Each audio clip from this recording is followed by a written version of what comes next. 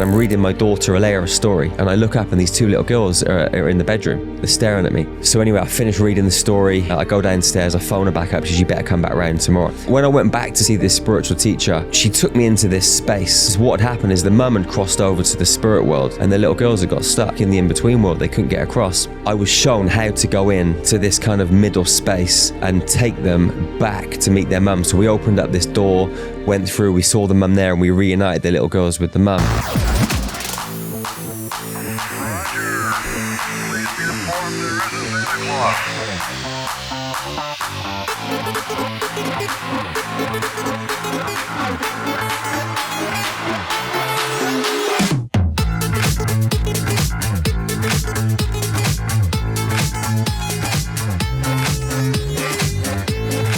Welcome to the Acid for Squares podcast. I'm your host, Tanya Dahl. And I'm Cody Blue. And if you like what we're doing, please like, subscribe, rate, share. We appreciate the help. We are a heavily show. Womp. And womp womp. And on today's episode, we are here with the incomparable Jerry Sargeant, the founder of Star Magic Healing and an alchemical wizard. Thank you for being here with us, brother. We appreciate you. Thank you for having me. It's an honor and it's a pleasure. Thank you. Yeah, man. Yeah. So, okay, we would love to start off in the beginning. So how did you come to be where you are now, where you're doing medicine ceremonies and healings and the work that you're doing? Can you show us how you got here on your journey? Yeah. So, I mean, now, as you say, we travel the world and we teach people to heal with what we call star magic frequency. And we're running plant medicine retreats, group healing sessions, meditation groups, just helping human beings step into their power. But my life was very different. I used to be a criminal, smuggling drugs and guns and high profile bank fraud. And I did this for years and I loved it. And I had no wish to change it because I was earning loads of money. I was young and my ego was in control. I could buy my watches and fast cars and all that you think you need as a kid, you know? So I'm living my life and I ended up meeting a lady who became my wife, Laura, and we had our first child, Alea. We were living in Tenerife in the Canary Islands, working for this high profile criminal organization, and things were getting a little bit hairy, a little bit crazy. So was she also working with? Nah, she was just looking up. She was just at home, really. Oh, okay. Yeah, I was just out doing what I needed to do. And so a lot of gang warfare kicked off. Oof.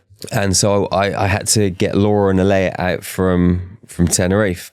But Laura didn't have a passport because when she left Romania, she kind of went through a whole different kind of stream of experiences and had to get a fake passport, and that had run out. So I had to kind of smuggle both of them back into the UK. Then we got married, and then we set up a property business.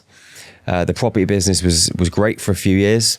We were earning millions, and then we were just young and dumb and stupid. And so the property market took a downturn and we kind of lost everything.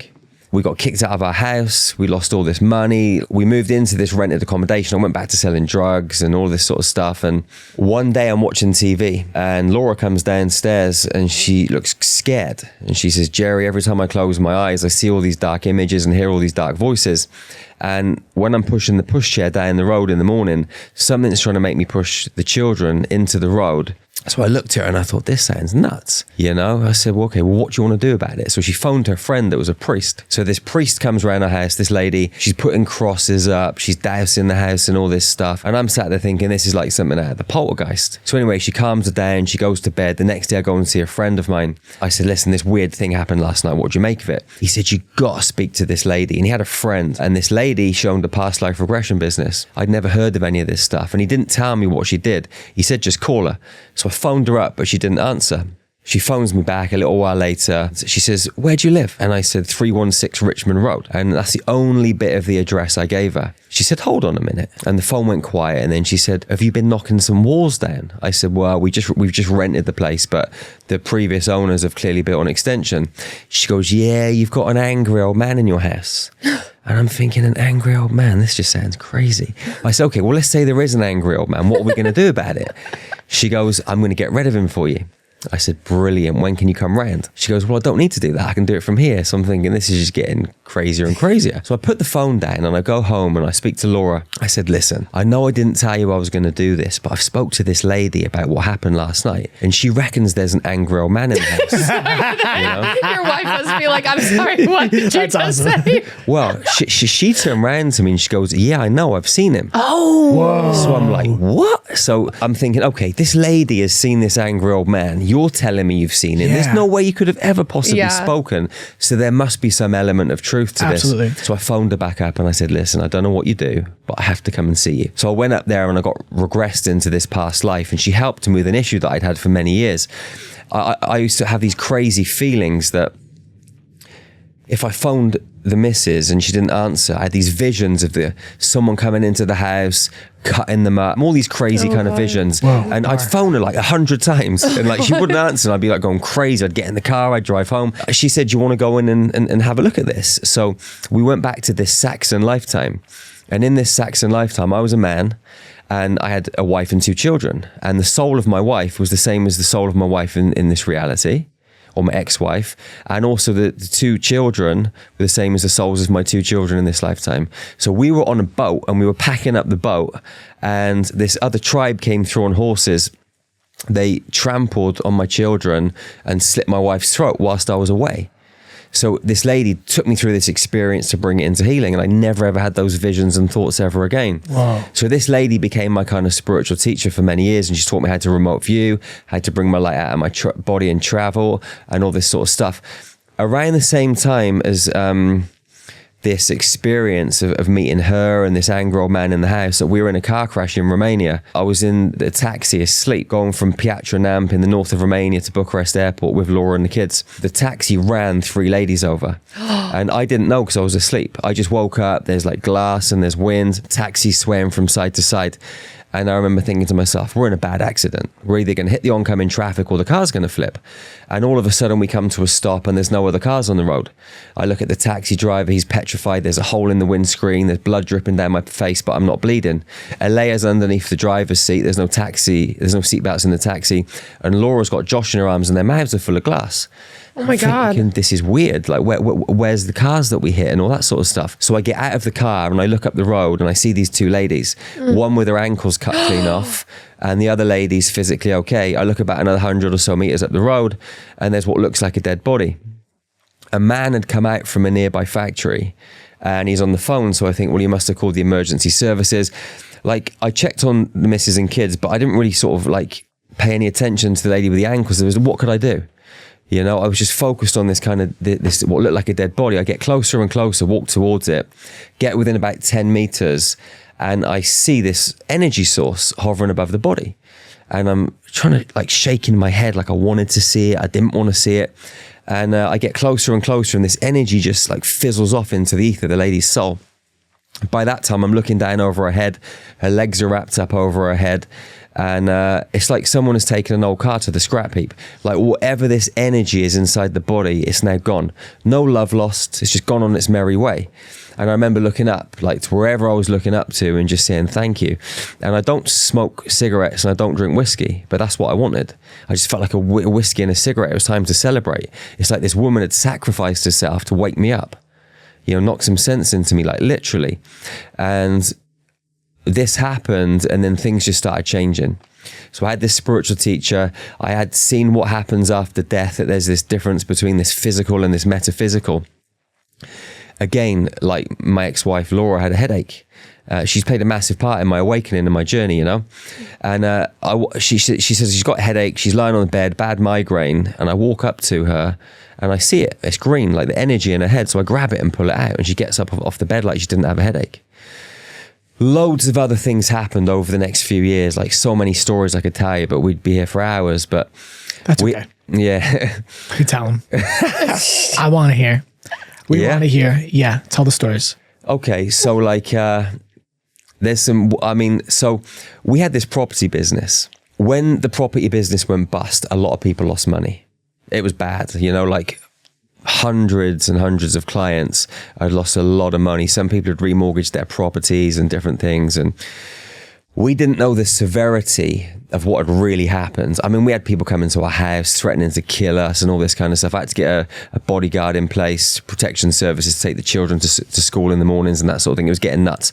I didn't know that anyone had died because of it. And so anyway, I started this spiritual journey. And this lady who became my spiritual teacher, she gave me a book. And the book was called The Traveler. And it was written by this Native American Indian guy called John 12 Hawks. And there's a follow-up book called The Long Dark River. And there's a third one as well. I can't remember the name of it. But I read The Traveler, and it's about these two brothers, and they can lie down and bring their light out of their body and travel. So I read the book in a day, and I'm like, I want to do that. It's like astral projection? Yeah, but it's beyond astral projection. They're actually bringing their kind of soul, their light body out from their physical body and walking around the space and going on missions. So it's more than astral projection. I phoned this lady. I said, listen, I want to travel. She goes, well, come round then. I went round to her house, sat in this chair like we are now opposite her. And she guides me through this process. I slow my brain waves down. I slow my heart rate down, and she guides me, and I just pop out of my body. And I turn around and look back at myself sat in the chair. I walk through this building, and then I'm at my house, and I'm watching Laura make dinner for the children. And I was watching some interactions they had. And later on that evening, I said, listen, were you doing this earlier? She goes, yeah, how'd you know that? I said, because I was in the kitchen watching you. She's like, what? So anyway, she was teaching me how to go through this stuff. On the way back from the house, I was coming back into the place where this lady was. And I see these two little girls, and they're in white dresses, and they smile at me, and they've got these pointed teeth. And I said to her, what shall I do? She goes, leave them and come back. So we went back. I sit back into my body. We finished the session. I go home that night, and I'm reading my daughter Alea a story. And I look up, and these two little girls are in the bedroom. They're staring at me. So anyway, I finished reading the story. I go downstairs, I phone her back up. She says, you better come back round tomorrow. When I went back to see this spiritual teacher, she took me into this space, and we found out that these two little girls were the daughters of a man that had invested into our company. And when he lost his money, he left. He left his wife and his children. His head was battered. And the wife had gassed herself in the car with the two kids. This is what had happened is the mum had crossed over to the spirit world, and the little girls had got stuck in the in-between world. They couldn't get across. I was shown how to go in to this kind of middle space and take them back to meet their mum. So we opened up this door, went through, we saw the mum there, and we reunited the little girls with the mum. So I'm going to tell you what our Akashic Records reader told me how to do, because this would happen to me a lot, where souls would come to me and I would just get scared and didn't know what was happening. Yeah. So our Akashic Records reader, Anne, told me, she was like, imagine you are in a blacked out room and you see one light. That's how it is for these spirits that are lost. They see a bright light and they're like, oh my God, and they just race towards it, right? And so the bright light is somebody that can interact with them and like see them or hear them, right? So she said that when these spirits come to you, that you're supposed to ask if they need anything, and if they answer, then help them. But if not, you call in Archangel Michael and their past loved ones to come in and usher them to the other side. And this had... right after she had taught me how to do this, a friend of mine died in a skydiving accident. Yeah, he was a character designer for Bob's Burgers, big cartoon, and he got in a skydiving accident, was in a coma, and Cody had left the house, and all of a sudden I felt this male presence behind me, and I was like, oh my God, I was like, anybody there? Do you need anything? And it just went away. And then I walked into the bathroom, and all of a sudden I heard hello, like whisper. It felt like wind blowing in my ear when it said hello. And that has happened a couple times before. But I asked, is there anything I can do for you? And then nothing happened. So I called in Archangel Michael and whoever's this person was, because I didn't know my friend had passed at that point. And I said, Archangel Michael, please come in, and all of this person's past loved ones come in. It's okay, you've passed away, but it's time to go to the other side.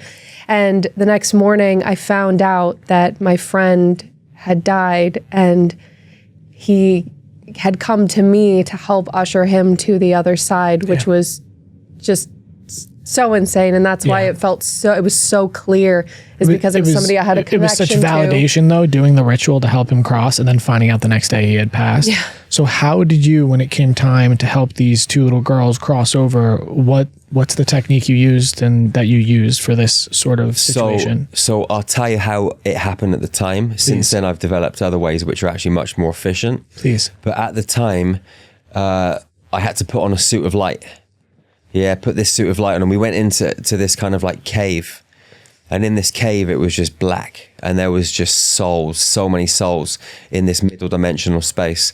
Like it reminded me of going into a cave and you see like millions of bats hanging from the ceiling, like everywhere, all of these kind of stuck souls.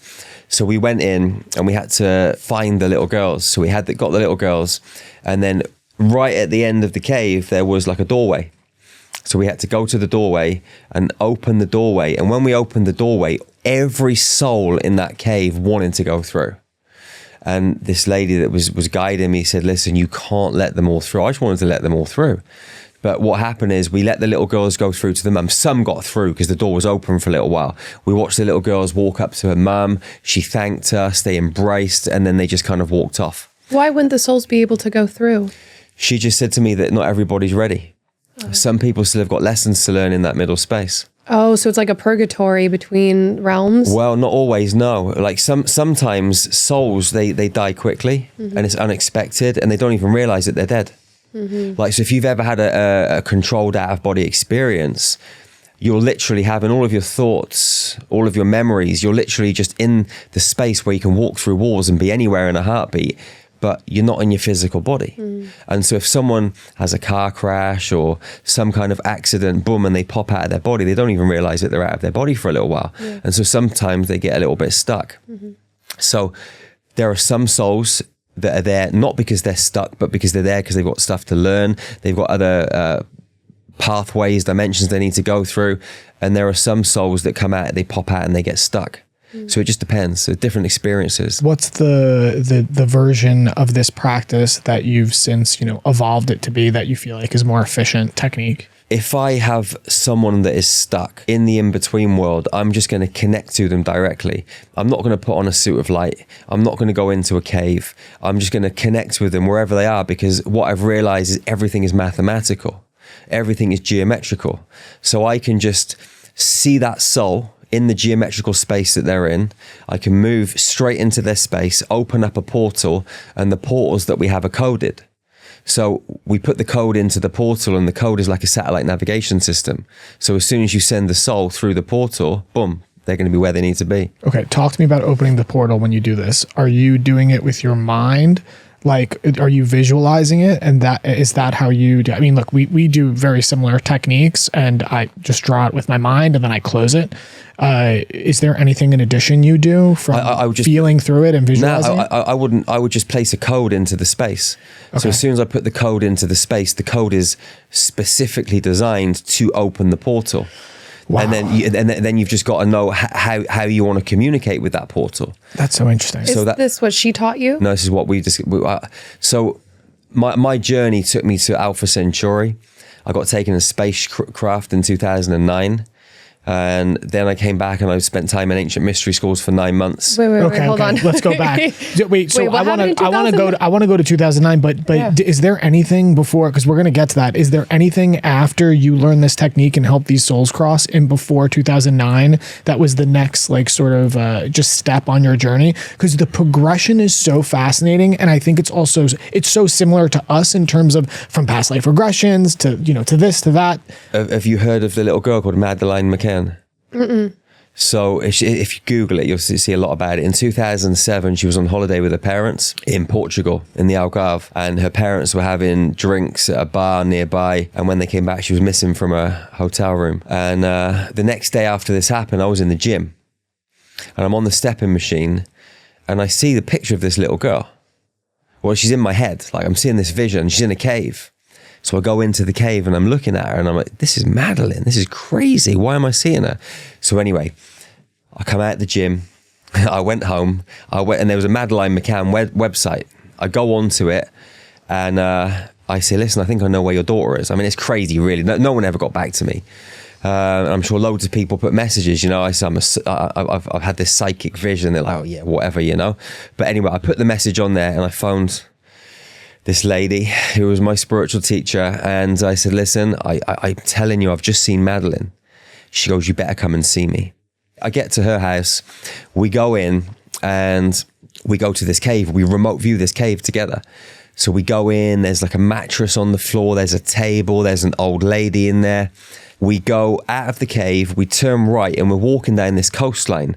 And we look out to sea and we see these islands. So we were writing all this stuff down as we were kind of remote viewing. We realized that we're in Algeria. Okay, and we hear this guy having a conversation. He's speaking in Algerian, but we can completely understand it in English, which is weird. So we're listening to this guy have this conversation. He's talking about what happened. And basically, Madeline was stolen to order. And this was one of the brothers that helped facilitate the process. That woman in the cave was the mother of the two brothers that had helped facilitate this process. And they were holding her because there was a lot of international heat. Now, we got all this information, and because this lady that I knew who was helping me, she worked for Scotland Yard in the psychic division. So she knew people in there. So she phoned up someone that she knew and said, listen, I'm with a client and we think we found Madeline and we've tracked her to Algeria. And then Scotland Yard turned around to her and said, I know, we've tracked her there ourselves already. Whoa. What's Scotland Yard? It's the police. Okay, got it. Police force in the UK. Got it. Special kind of crimes division. So for me, that blew me away. Yeah, that's mind-blowing. What happened is, because of the international heat and stuff, the Egyptian buyer pulled out of the deal. And so they took Madeline somewhere else. They took her to South America. And I was remote viewing the house. I got her name. They changed it to Rosa Gonzalez or Rosalinda Gonzalez. Had the address. She kept coming to visit me all the time. The last time that I spoke to her was in 2014 when I went to an ayahuasca ceremony in Brazil. She came to see me and said, Jerry, if you don't get this story out very soon, I won't be here much longer. I never spoke to her again. And I made a rap song and put it on YouTube. I told people at all my workshops about it, and loads of psychic people that had come to our workshops and trainings had similar visions or heard similar stories about it, and then the crazy thing is, I was at not a mind body spirit festival, but another kind of mind body spirit festival. It wasn't called that, in London. I can't remember whether this was 2015, 2016. It was actually before we started Star Magic. I went with my ex-wife, and I met a guy that came to see me that was telling me some stuff about Madeline. So we exchanged stories. He said, I need to show you something, Jerry. So I planned for a week or so later. I drove down to his house in London to meet him, and he was going to take me somewhere on the south coast of England to show me something that was linked to this whole story. I get to his house and there's police all around it, with the white tape, like someone had been murdered. So I never got to meet this guy and never got to find out what all that stuff was. This is an ongoing case? Well, it was brought up again a couple of years ago. Like every now and again, they kind of bring it out the woodworks, but it went on for years and years, like massive in the papers. It was, UK, Europe, it was everywhere. That's so sad. Whoa. Yeah. So. But this was big on your journey, especially the validation you got. It was the validation I got for the remote viewing, like knowing that this stuff that I was experiencing was being confirmed by top level operatives in Scotland Yard. I was like, it gave me a lot of confidence. The confidence, because the program is so deep down here, and this type of work can often feel like a dream as time passes. And as time, it's easy to start to question it or question yourself, or, you have to compartmentalize the work so you can function as a normal person, So it's like those sort of, hallmark experiences. There's sort of rites of passages where you get that external validation that I will never question this again, especially because if you question it, right, it thins the channel. It becomes less powerful. That's like the main tenet is you have to know it. So that's super profound. Okay, so that was in 2006.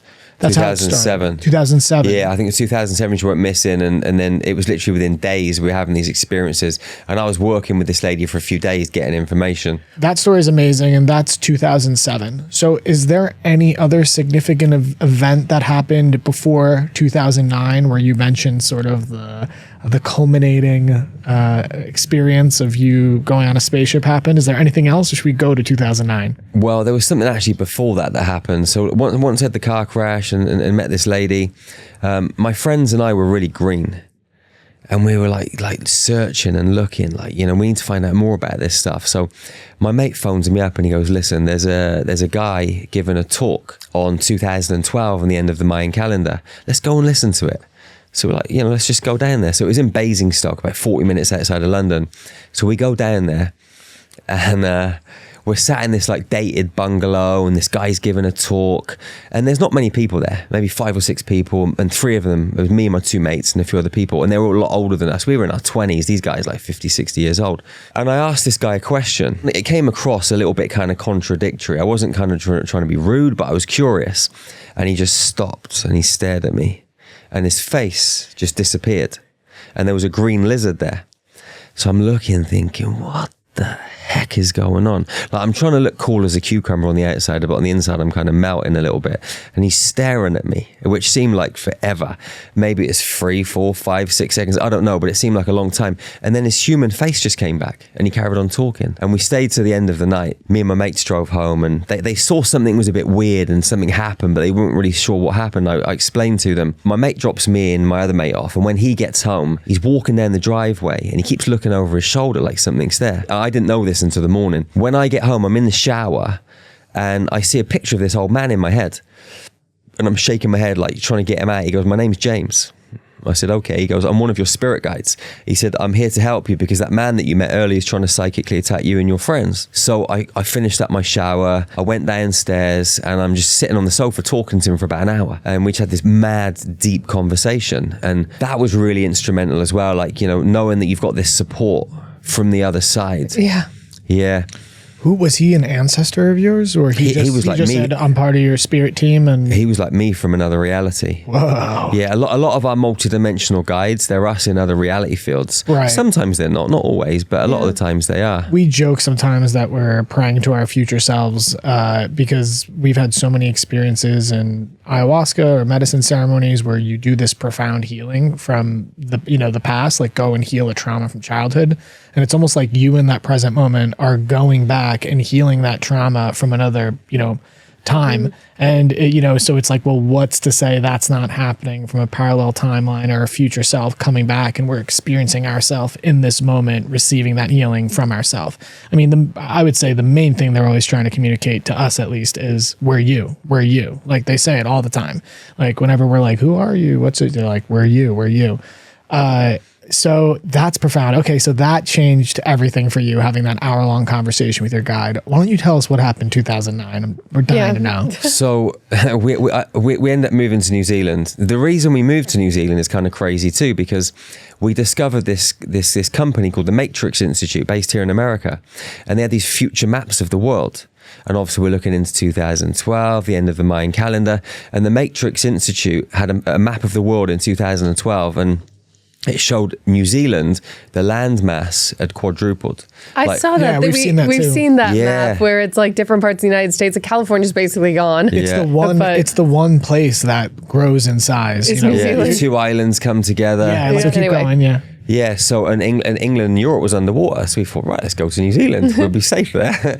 So we jumped on a plane and went to New Zealand. We thought we were going to stay there forever. When we got to New Zealand, a friend of mine had a serious car accident, and she was in Frenchay Hospital in Bristol in England, and her partner phoned up and asked if I could help. And I was like, well, how am I going to help? I'm in New Zealand. But my intuition was like, get some crystals, put them on your body, lie on the bed. So I did that. The next day I'm in this lady's hospital room, and light starts coming out of my hand, and I start putting her body back together. And the doctors had said, you're probably not going to walk again. You'll be in hospital for at least a year. And I did this every day for 2 weeks, and she walked out of hospital on a Zimmer frame in 12 weeks. Whoa. And the doctors were flabbergasted. But what blew me away is when she came out of hospital and she phoned me up and she said, Jerry, I looked at the side of my bed one night and I said, what are you doing here? Like, she saw me sat next to her bed where I was working on her, like in that reality field. And obviously in my imagination, that's where I was, but in her physical reality, I was there doing the work. So it made me realize there's more to this imagination, and imagination is reality.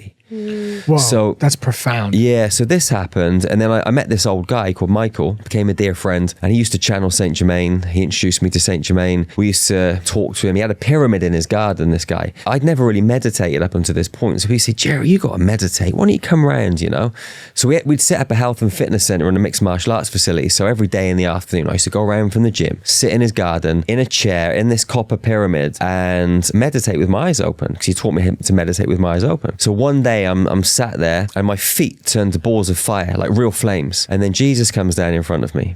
And he says, Jerry, you can go anywhere you want to go, just don't be frightened. Be fearless. And then he turns and he walks up these stairs that appear in the garden and in through a door. So I follow him. I go into this room and there's loads of people around the table. It's like the Last Supper. And he's given his speech, his sermon, whatever it was, and there's food on the table. And I look out of the window and I see a massive spacecraft. And in this experience, I was Matthew. So I'm having this experience as Matthew, seeing this spacecraft. I kind of get up from the table, walk back down the garden, get back into my body and finish my meditation. And then there's another bit to do with this Matthew story, which we can come back to later when we get further on if you want to. It's interesting. Please. But it ties it all together. Please.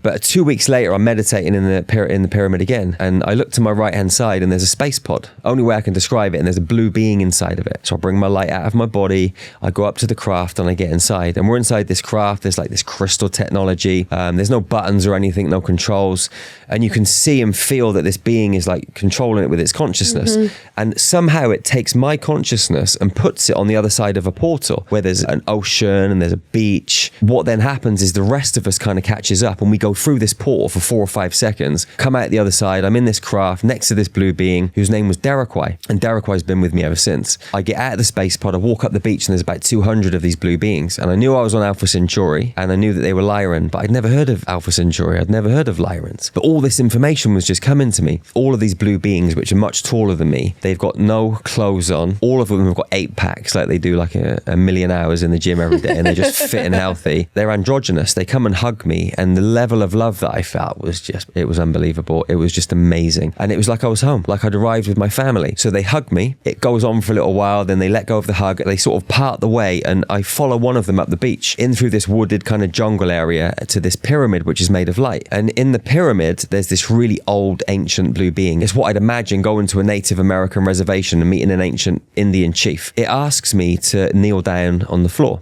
So I do that, and all of this orange light starts coming in from my crown, and it's got all this geometrical code. But the geometry was spirals. It was like this spiralized, twisting, flowing code, not like the straight edges that you get. This download went on for a little while, and then it stopped. It could have been 2 minutes, it could have been 2 hours, I don't know. Like, time was just gone. And then 2 of them, like, they come underneath my armpits, even though I was in this light body form, and they pick me up and frog march me back to the space pod, stick me inside, we go back through the tunnel, back into the garden. I get out of the space pod and go back in my body. And then nothing else happens for 2 years. And I'm waking up every day, come on guys, what's next? I was like, I wanted the next bit of the puzzle. Yeah. But I realized now I was integrating. Like many things were happening. I was going through these phases of integration.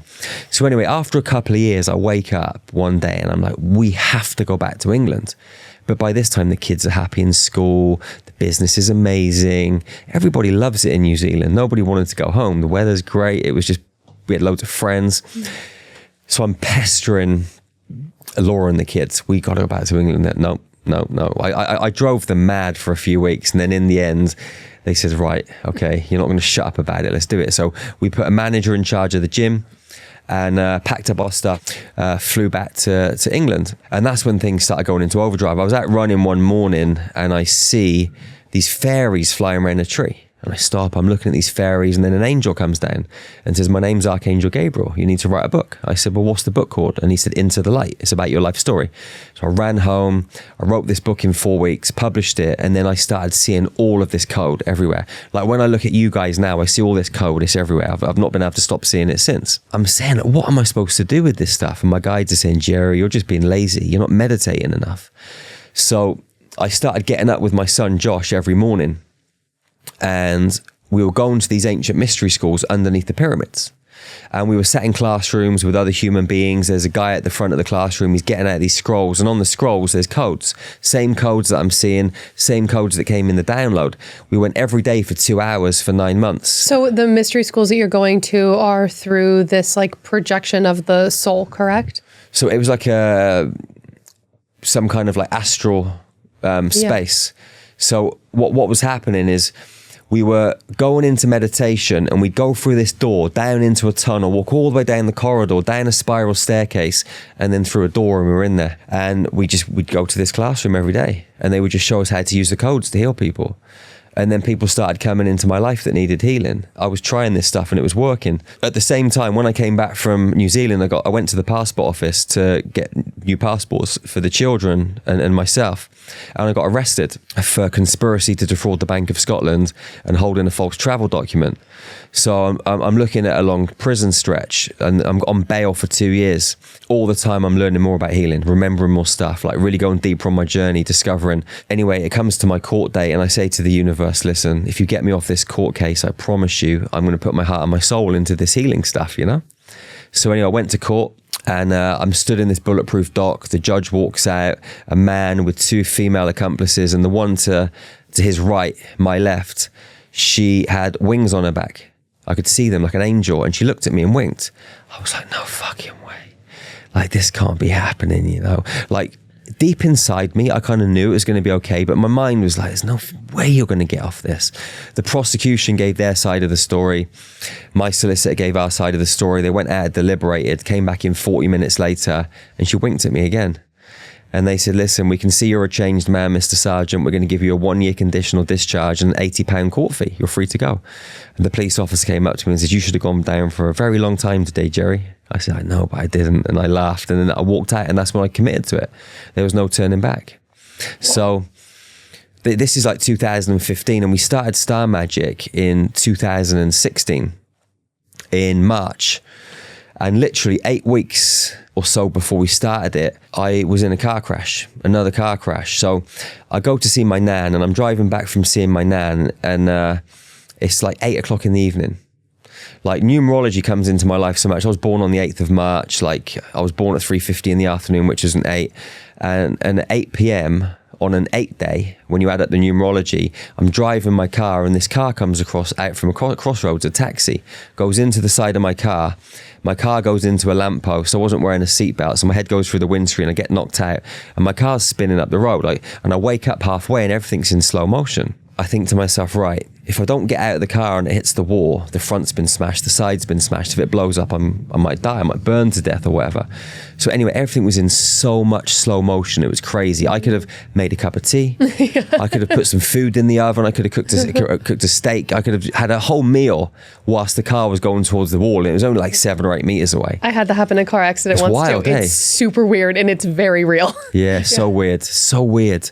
So anyway, I get out of the car, like just normally, like I'm just casually getting out of it, step back, and then it speeded up and the car went into the side of the thing. When you actually go back to the crash site and you look at it, it's impossible for the way that the taxi came out of the crossroads and for me to hit the angle that I did to go into the lamppost. So I kind of tracked it back, and I realized that they manipulated time, and they got the taxi driver in the taxi and brought him through a wall 20 meters before. And so he came through the wall, and they tried to kill me before I started Star Magic.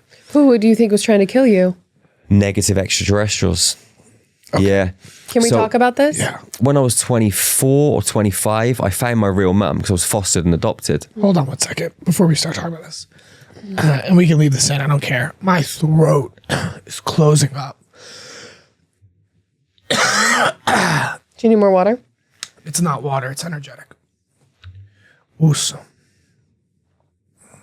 But do you want more water or not? If you close your eyes for a moment, bro. Yeah, help me.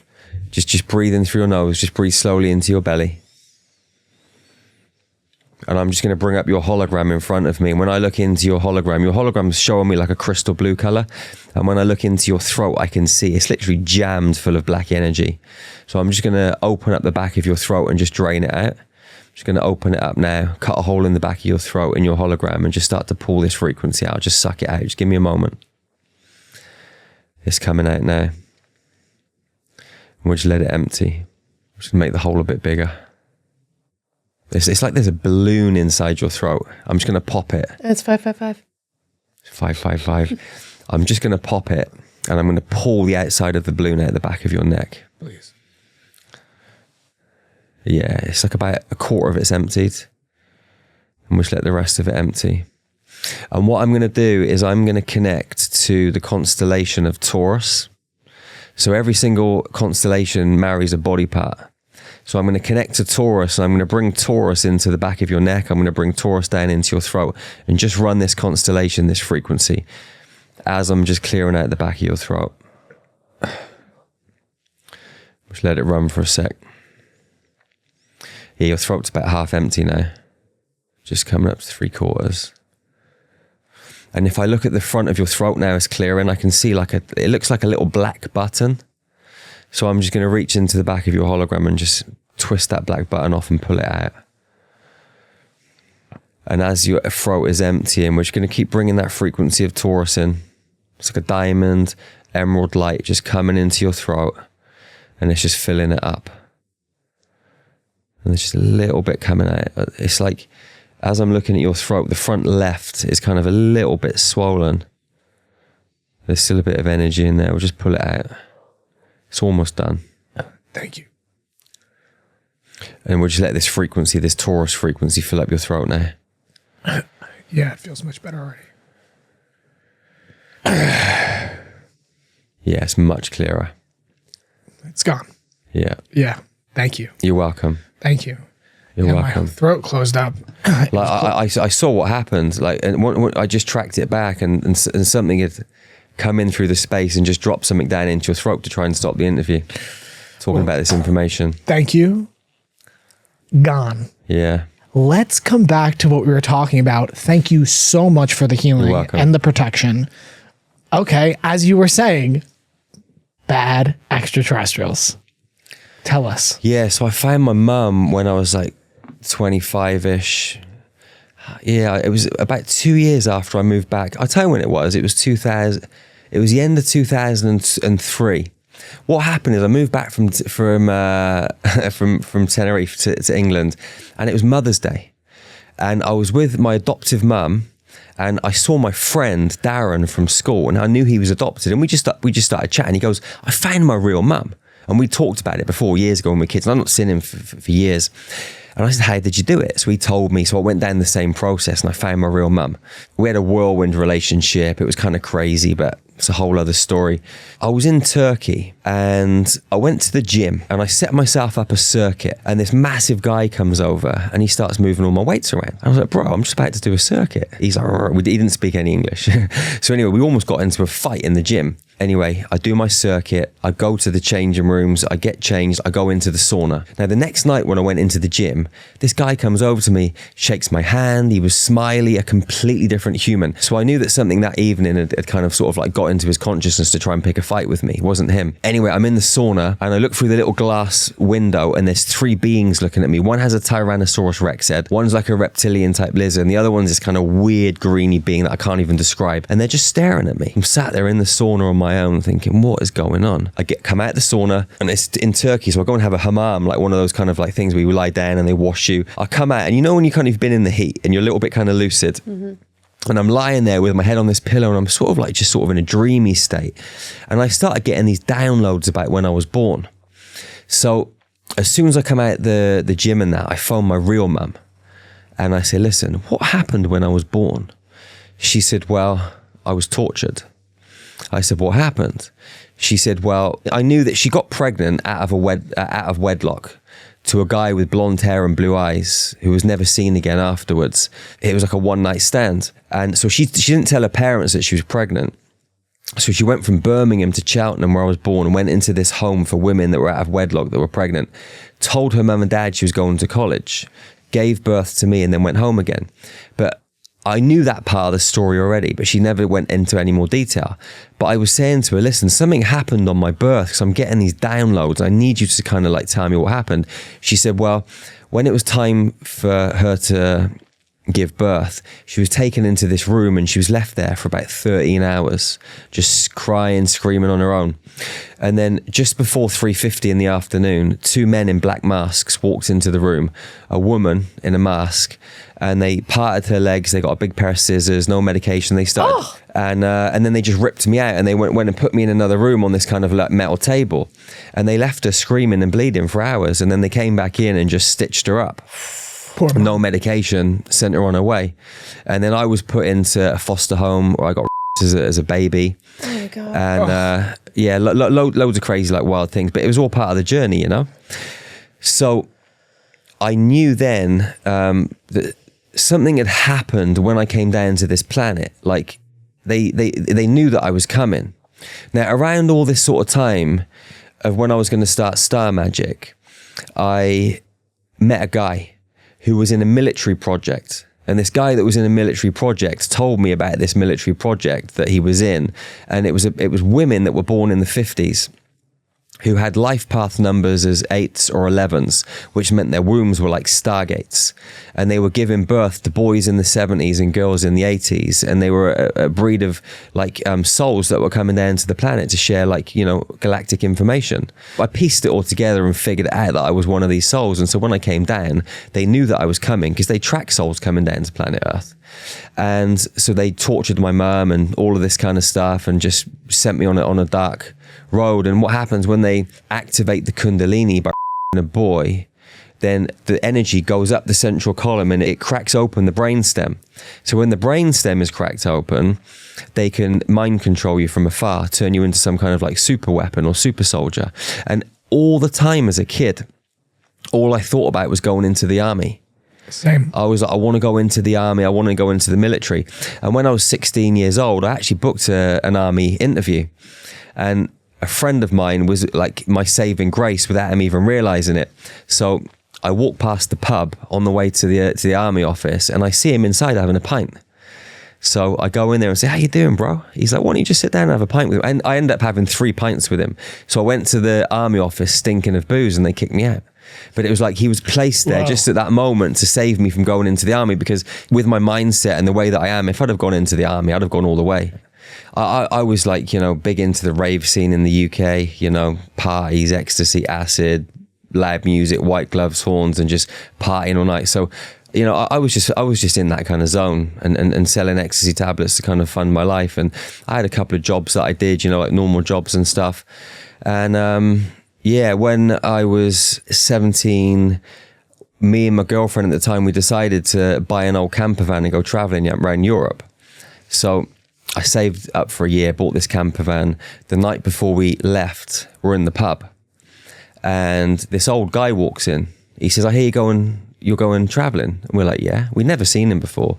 He said, listen, don't do that. He said, take this piece of paper with a name and a telephone number. There was a Spanish mobile telephone number on it. And the name, just the first name. He said, go to Tenerife in the Canary Islands. You'll earn at least £300 a week and you get free accommodation. We're like, where's Tenerife? Anyway, he's gone. So we get a map out. We're looking at Tenerife. There's no internet or anything like that. You know, we get a map and we were, okay, Tenerife's hot. Okay, we're going to get £300 a week. Let's go. So we sold the camper van the next day, bought 2 one-way tickets to Tenerife. And yeah, that's how we ended up working for this high-profile criminal organization and getting into all of that. And everything kind of like spiraled and just grew and expanded into the world of drugs and crime and all of that. Mm-hmm. Yeah. And, you know, coming back to these kind of like me going through this kind of program, this was only last year, actually. So actually not last year, but the Christmas before. This is a crazy story. So I lose the documents for my car and so I can't drive it. The universe is trying to get me to be still, but I don't realize. I just think I've lost the documents for my car. This is like, say, November, December. The next March, we were on our Egypt tour. So we dock on the side of the Nile and me and a few mates go out running. And on the way back, we're racing each other, sprinting, and my knee blows out. So I can't walk. Again, it's the universe trying to get me to slow down. And the next day, my son gave me a healing and my knee's cool again. So I'm carrying on as normal. That's so cool. Your son gives you healing. Yeah, he's amazing. He's super cool. He's a genius. So me and my girlfriend fly to Mexico. We had to do a workshop in the jungle and we had a few days off beforehand. So I'm in the gym, I'm training, and I wake up the night before we're going to leave at like 2 o'clock in the morning. And I see this vision of me when I'm 2 months old, wrapped in cling film, and my foster parents are over the top of me. And my real dad, who I'd never met, I see the vision of him there too. They're sticking stuff up my rectum and like me, and they've got cling film all over my body, and when I'm about to pass out they pop a hole in here and then they wrap me up again. I'm going through this process. So I'm on the bed. This is only last year, like April time. I'm crying, going through this process, bringing this little Jerry into healing. So I go through this process, and as I'm coming out of it at the end, I said to my girlfriend Laurie, I said, listen, I swear there's some military stuff going on here that I'm not aware of. Anyway, I'm not listening. You know, my knee, the car, all of this sort of stuff. So fast forward to June. We're just starting our training and I can't walk. My knee just blows out. I'm on crutches, and then my right shoulder goes. So the whole right-hand side of my body is just completely gone. So I'm like, what is it I'm trying to learn from this? So I'm there one day, lying on the sofa, and this big blue being is a head wider than a car. He comes through the wall and he says, my name's Moro. I'm one of the cosmic grandfathers. I'm here to guide you and teach you and help you remember some stuff. And it was literally 4 weeks before we were starting a new training called Savage Men, where we were going to get a bunch of men, 30 men, take them to Holland, break them down mentally, emotionally, teach them how to fight, do circuit training, ice baths, and then do plant medicine at the end. So the grandfather was saying to me, listen, there's some stuff that you've really got to embody before you go and teach this stuff. So anyway, he took me on this kind of like training program, but he also said to me, there's some stuff that you're not seeing and you got to figure it out. So I spent days on the sofa, lying, meditating, journeying, going with these grandfathers to these different realms and sorting all of this stuff out. I was getting closer and closer. I could feel it. And I said to Moro, listen, I've really got to get to the bottom of this. Because the other thing was we were starting this Savage Man workshop, but 2 days before it started, I had to be in London to speak to like a bunch of Polish people on stage. I thought, there's no way I'm going on stage on crutches. I just can't be doing that. So I had to figure it out. So I said, listen, I really, really, really need to find out what has happened. So he said, you really want to see this? I said, yeah. So he took me back to when I was 2 months old and that kind of scenario that I just explained. And then I'm in a car and my foster mum has got me in her lap and my foster dad is driving and we're going to Oxford. And it's a sunny day and we're going down this country road and we turn into this driveway. We go up this gravel driveway and there's a massive kind of like stately home. And there's 2 military guys in black uniforms. So they pick me up, the mother, from the car and hands me to the military guys. They take me into this green elevator. We go down a number of stories and we come out in this white corridor. We go down the white corridor and into a room. And then when we're in the room, I see little me. And I've got this kind of like metal cap on. They're electrocuting me. And I'm watching myself just being tortured. And I'm saying to this grandfather, Moro, how is this possible? Because I've got pictures of me at 6 months old, a year old, with my adoptive parents. How is this possible? And he said, what happened is they tortured you and then they took you back through a dimensional gateway, reversed the age to 2 months old, gave you back to your foster parents, and then you were put up for adoption. So you were 2 months old with 5 months of trauma. Now, what happened when they brought me back through this dimensional gateway, like we all have a God spark in our chest, like diamond spark, it like connects you to the God world. So all of us on planet Earth have it. When I came back through that dimensional gateway, my God spark had disappeared. So the grandfathers took me up to their realm, which they call the realm of the grandfathers. They put me inside this massive kind of egg, like this healing egg. And the Divine Mother came in. And it was so emotional. And she had little baby Jerry in her arms. And she put the God spark back into me. And then I had to reintegrate that back into my body. That's like Sophia. They talk about that Gnosticism, that Sophia put the spark of God inside of humans. They really talk about that. So I wonder if... Powerful. Here's the crazy part about the story. So I'm lying there on the sofa. I've just got my God spark back. I'm crying my eyes out and my phone rings. So I'm like, it's a withheld number. So I answered it anyway. And they said, hello, Mr. Sargeant. It's the driving agency. We're sorry that we've not given you your travel documents back for your car for the last 6 months, but we're going to post them out tomorrow morning. And I was like, what the fuck? You just can't write it, So like, you just can't, it was just teed up immaculately. So as soon as I did the work, they let me have my car back. Yeah. They let me have my knee back. They let me have my life back. Yeah. I could move again. We always say that. It's like, like spirit gives you the carrot, then it gives you the stick. Like we would say to each other, we'll literally be like, let's like do the things we have to do on our terms, or we're going to get forced to do it. Cause because it just gets louder and louder and louder, and the tactic spirit will use gets more and more severe. That is amazing. So that was only a year ago? Less than that, 8 months ago, I actually found that piece of the puzzle. And since then, my whole life's just, it's gone up a whole other level. But the central piece of the puzzle is the fact that there are negative forces that are, it's not all positive. Are they extraterrestrial or are they human? Or both? They're both. These negative beings are feeding off of human fear. They feed off of human guilt. They feed off of human emotion. They feed off of anything that's on a low frequency. When you're in joy, when you're in laughter, when you're in high humor, these things can't affect you. You know, I remember Josh. Do you remember I was telling you... Your son? Yeah, when I had that experience in Turkey. So within the sauna. There was another part of that story that I didn't tell you. The day before that happened, when I saw the beings through the sauna window and had that experience with the guy and in the gym, I was actually at a healing center and my children were back in England and I'd gone there for a few days. I'm healing this lady and this Baphomet comes in the healing space behind me and starts pumping fire through my back. I catch it by the time it gets to my elbows, push it back out of my body, deal with it, dismantle it and get it out of the space. Anyway, I fly back to England. And since then, I've connected with my mum and all that sort of stuff. I was like in between. But when I got back to England, I'm in my bedroom. Josh is in the other bedroom. And this being comes into his bedroom and is strangling him and trying to suffocate him. And he's trying to struggle. And the more he struggles, the more power the entity has. And then he remembered, be calm, be still, open my heart. So he dropped into the 0 point, opened his heart, blitzed loads of love into the space, put himself in this kind of golden bubble, and the being was then on the outside of the bubble. It couldn't get anywhere near this love, and it just disappeared. I've had this happen inside of an ayahuasca ceremony. There were actually 3 of us that saw the same being. I had really long teeth and it was all black. It almost looked like a shadow figure coming in, and it was like coming into the space, and all 3 of us for some reason decided that the way to get rid of it was to spread love to it and just be push out love, love, love, love. And this thing left. And the next day when we all came together, we were all telling the story and we're like, oh my God, we had the same exact thing happen.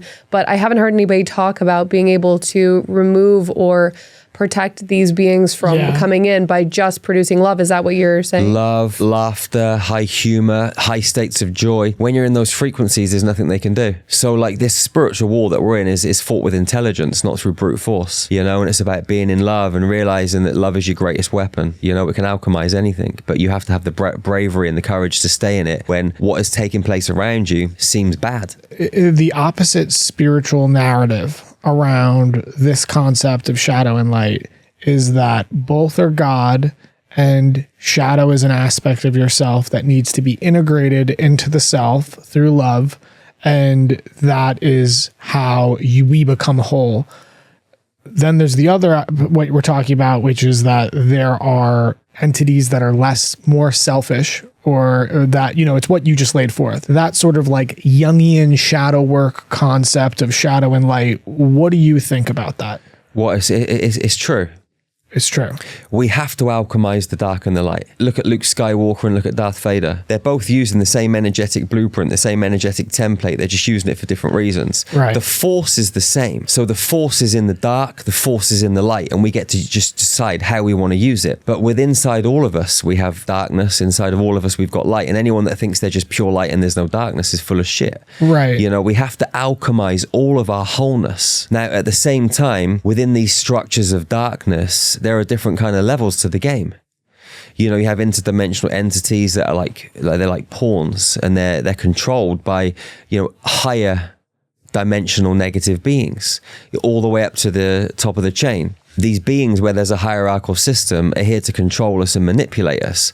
And on one hand, it's not very nice. We've got a lot of stuff that we've got to deal with, and it's painful, and they feed off of us, and sometimes they can actually physically hurt us and destroy us, even though they're in a different frequency band. At the same time, they're part of our game. They're part of our structure. Mm-hmm. And if it wasn't for them, how are we going to up level? How are we going to actually, navigate this human game? I mean, think about it. We come down into this worldly playing field. We get dropped in, we come through the birth canal, all of our memories blank slated. We're thrust into an environment that's stacked against us. It's corrupted.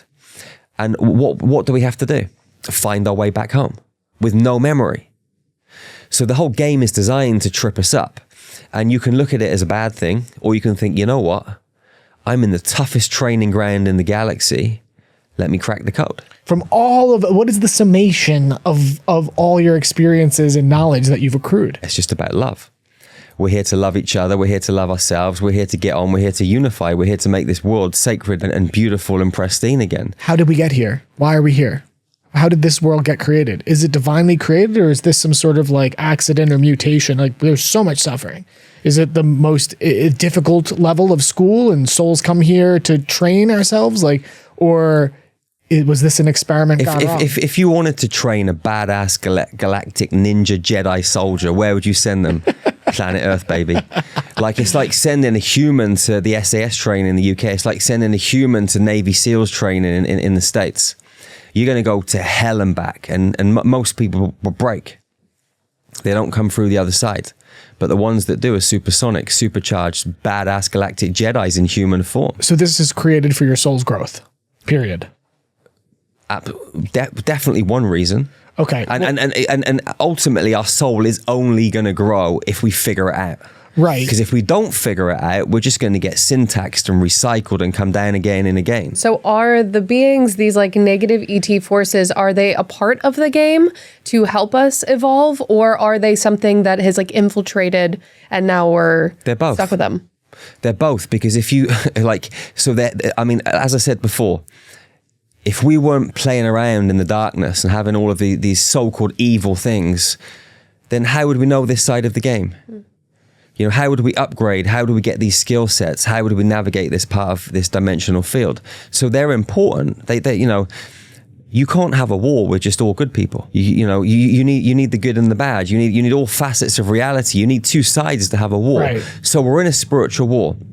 It's being fought on a human level. It's being fought on an esoteric level.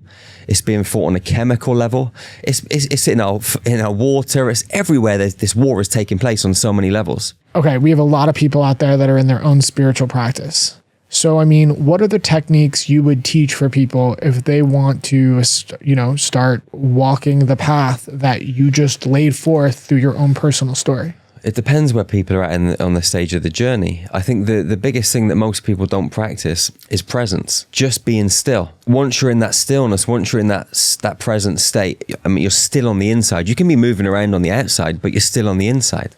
You know, you're meditating 24/7, 365. People think that you've got to go and meditate under a tree top and dress up as Jesus in some white rags. Nothing could be further from the truth. If I'm listening to you talk, I'm in meditation. And if I'm walking anywhere or driving, whatever I'm doing, I'm in meditation because I'm not thinking. When your mind is empty, you're in meditation. 80% of our energy gets drained through our stupid, repetitive, cyclical thoughts, you know? So when you become still on the inside, you bring all of that energy back home. You move into a state of wholeness, a state of creativity. And from there, you can start to manifest and move and start to create in a much more efficient way. Because everything that you want to create in the physical world is a byproduct of what you create in the quantum field. So if you want to go and build a house, create it in the quantum first. If you want to get into some kind of relationship or build this business, create it in the quantum first, and it will manifest. You know, I had a tattoo on my elbow of this vision of this kind of like coastline and looking out over the ocean. And it was from a house that I wanted to live in New Zealand, but I'd never seen this house. I didn't even know that this view existed, but it did in my mind. And then just before we moved to New Zealand, our architect phones me up and says, Jerry, I've got the perfect house for you to live in. Exactly the same one that I'd been walking around every single night in my vision with exactly the same view. So we can create in the quantum very, very simply. Everything can be created in the quantum. So I would say to people, practice being still. And at the same time, look after your physical body. So many people want to fly around in the ether. They want to go on these cosmic journeys and go to other planets, and it's beautiful and fun, and I highly recommend it. But at the same time, you've got to stay grounded in this physical body.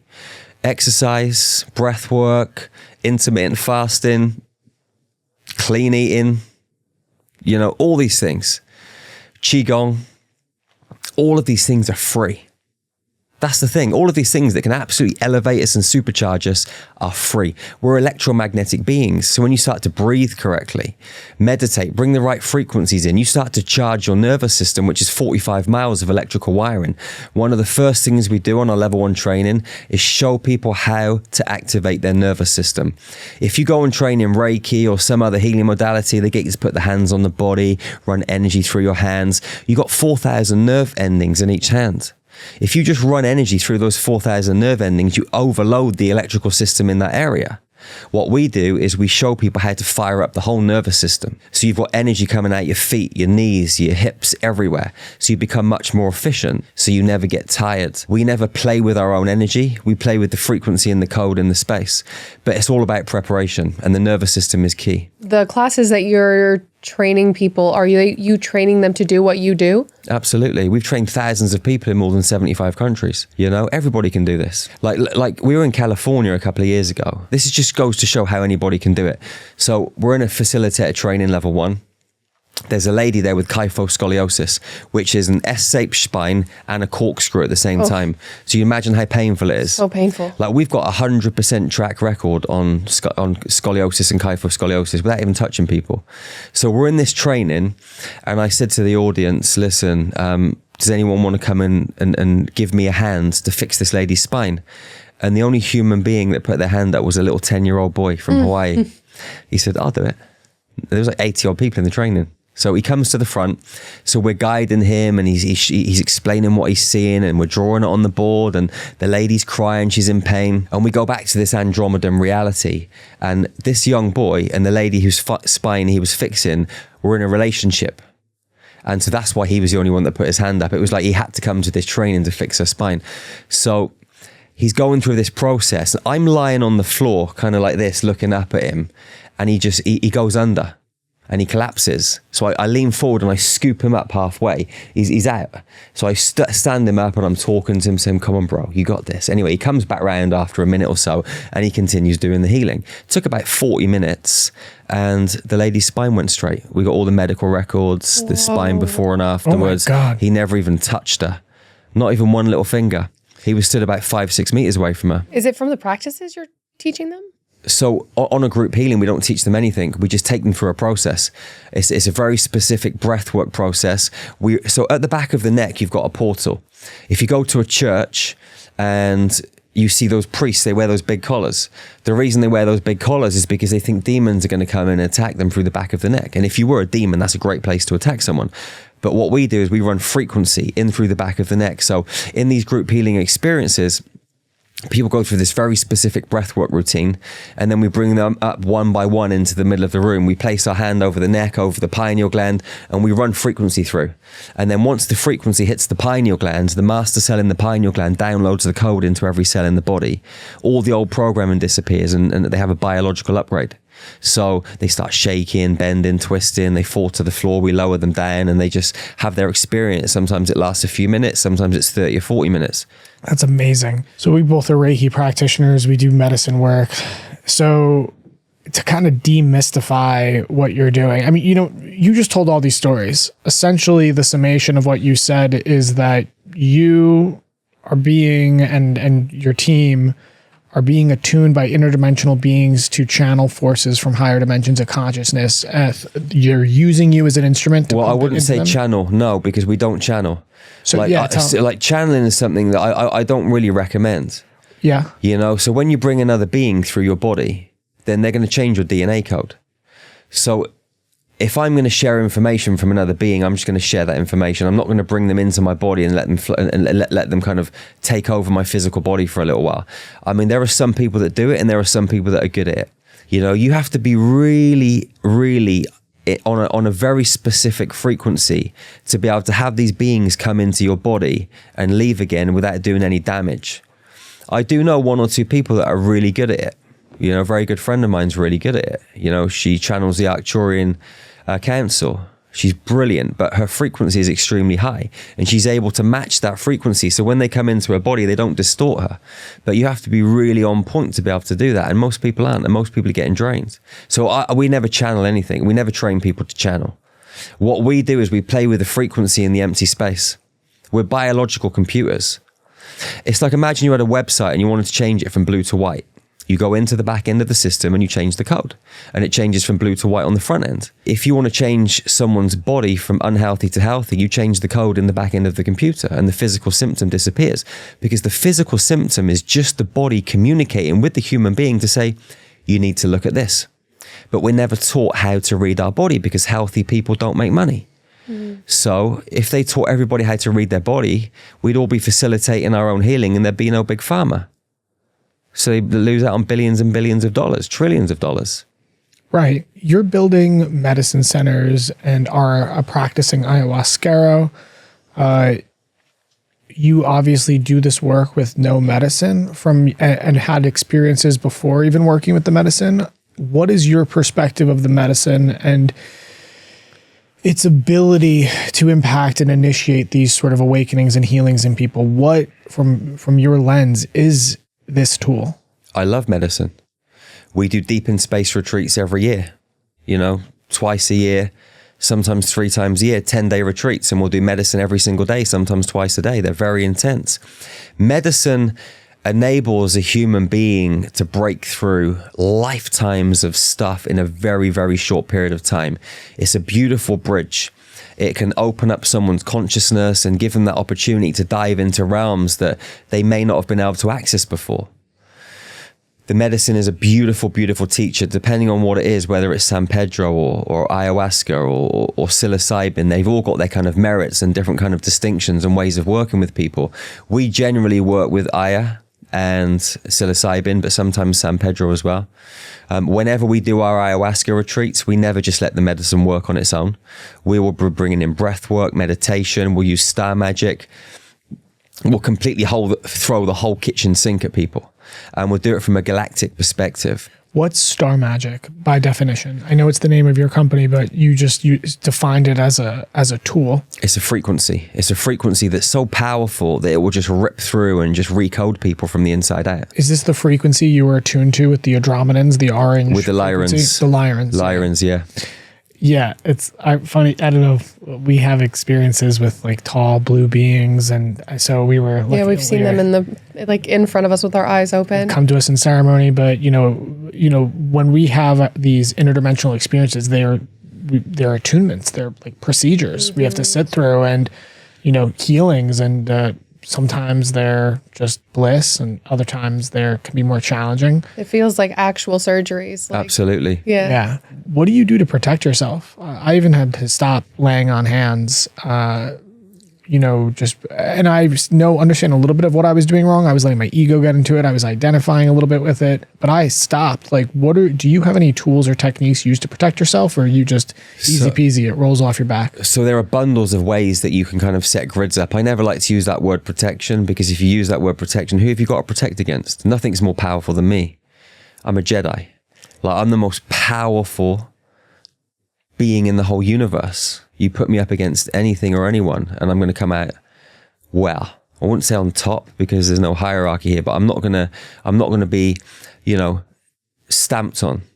But that's a choice, and every human being can make that choice. I'm no more powerful than you. You're no more powerful than me. We're what we decide we want to be in that moment. It's a simple choice. It's a mindset. It's a heart set. When you engage your energy in the right way, you catalyze the frequency, and you just are what you decide you are, and nothing can demolish you. I've had loads of experiences with the dark and the light, external stuff, internal stuff. And, the more I've gone on this journey, I realize that we get into all these different situations, but all of them give us a different perspective, and they give us different tools to handle these different situations. And regardless of wherever you are and whatever you're faced with, if you can stay in joy, high humor, laughter, love, your heart is just pinged wide open, and you're zero pointed in that frequency, nothing can touch you. There's nothing to protect yourself against. There's a lot of other tools that are sort of like have been lumped into the psychedelic renaissance: LSD, MDMA, ketamine specifically. What is and I'd like to add cannabis to that, even though it's a plant. What are your perspective on those modalities? Do you view them as different than the master teacher entheogens? Or what do you think those do to one's energy field? I think everything's got its place. Okay. But you need to know what you're doing. So there's a lot of people at the moment that are doing kind of inhibitors, taking pure MDMA and then injecting themselves with ketamine. I tried it. I tried it not too long ago, and I had an amazing experience. But you start dropping people with zero experience into that kind of void space where there's zero control, and they don't know what's going on because they're just on the trip. there are so many other beings that will be like, whoa, what an opportunity. And so when they're in the field, they might feel amazing. They might come back and feel amazing for days and weeks, but something may have slid their way in. So it's like a gateway for other entities to come in.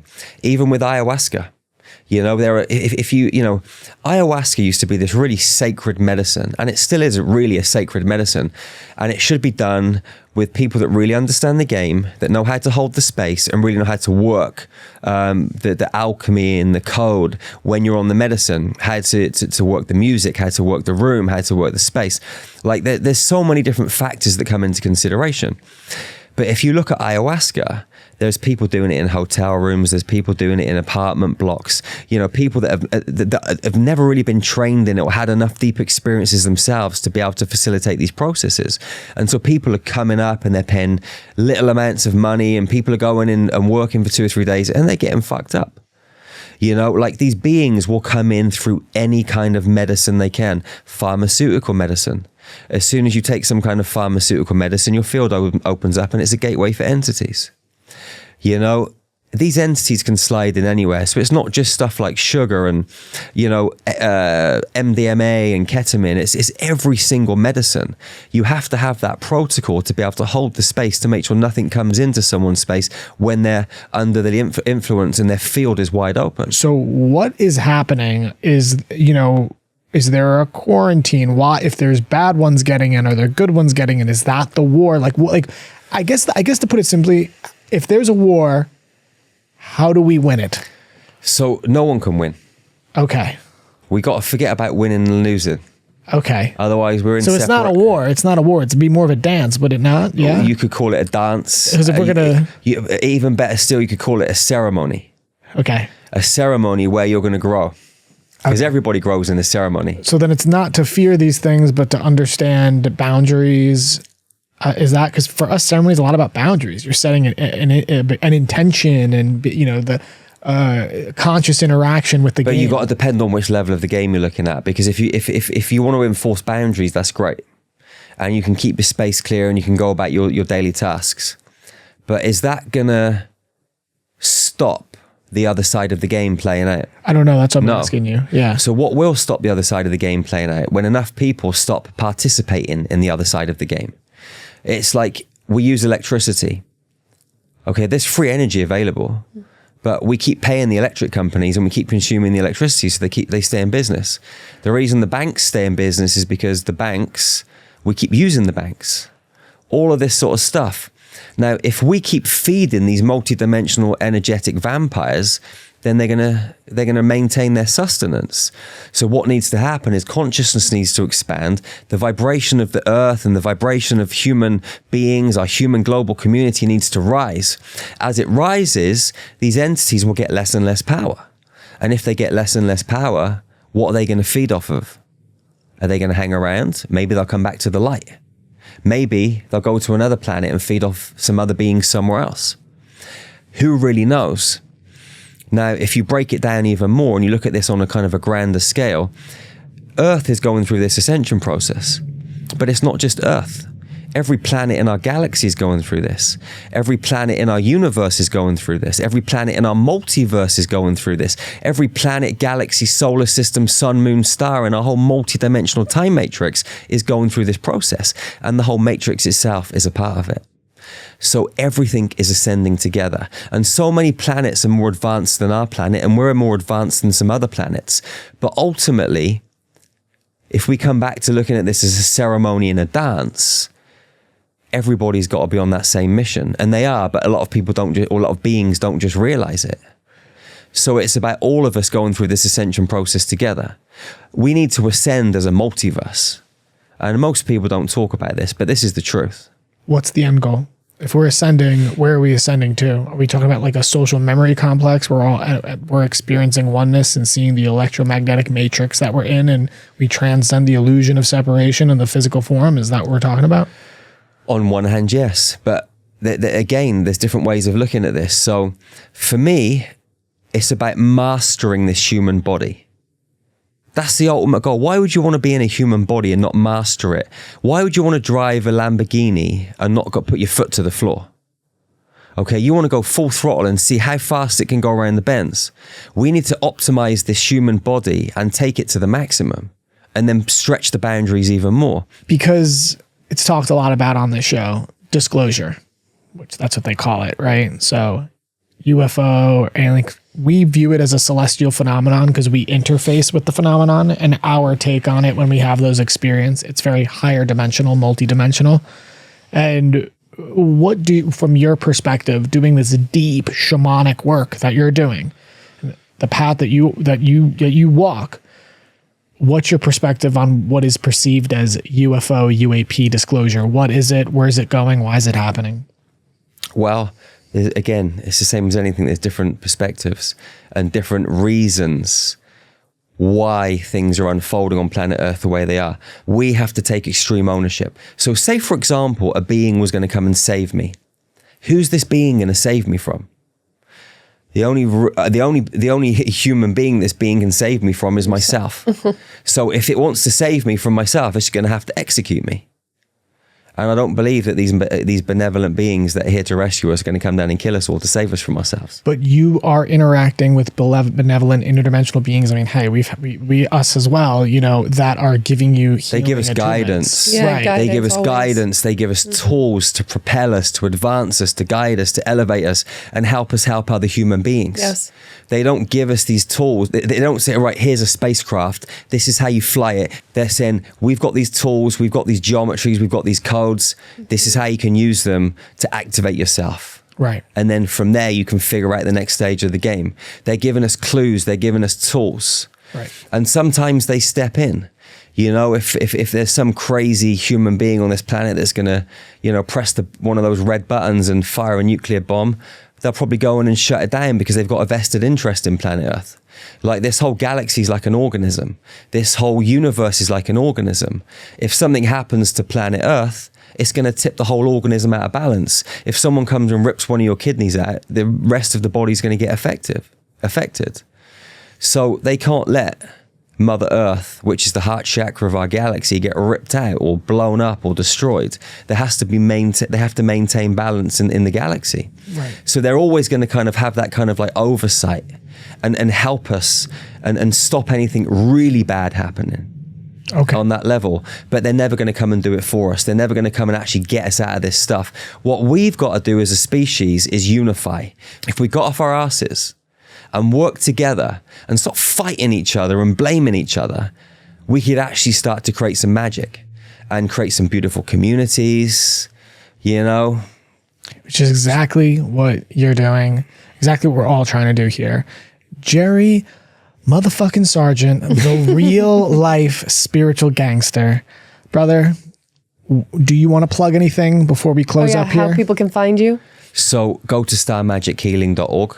Go to the website. You can access facilitated training. You can access our group healings, all of our online stuff. We've got free stuff. We've got paid stuff. We've got something called Infinity. You get access 7 days for free. And then it's paid. £33 a month. You get access to meditations, light language transmissions, breath work, cosmic yoga.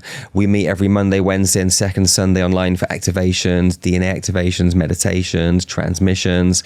We got an amazing community. That's the place to kind of start off.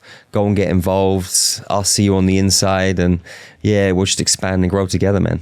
Yeah, brother. Yeah. Awesome. Yes. Thank you so much. Thank you, Jerry. If you're still here, please make sure to go follow Jerry along his journey and join his courses. And thank you for sticking around. Please make sure to like, subscribe, and comment. It helps us out a lot. And until next time. Yeah, we love you all. Be well. Bye. Bye.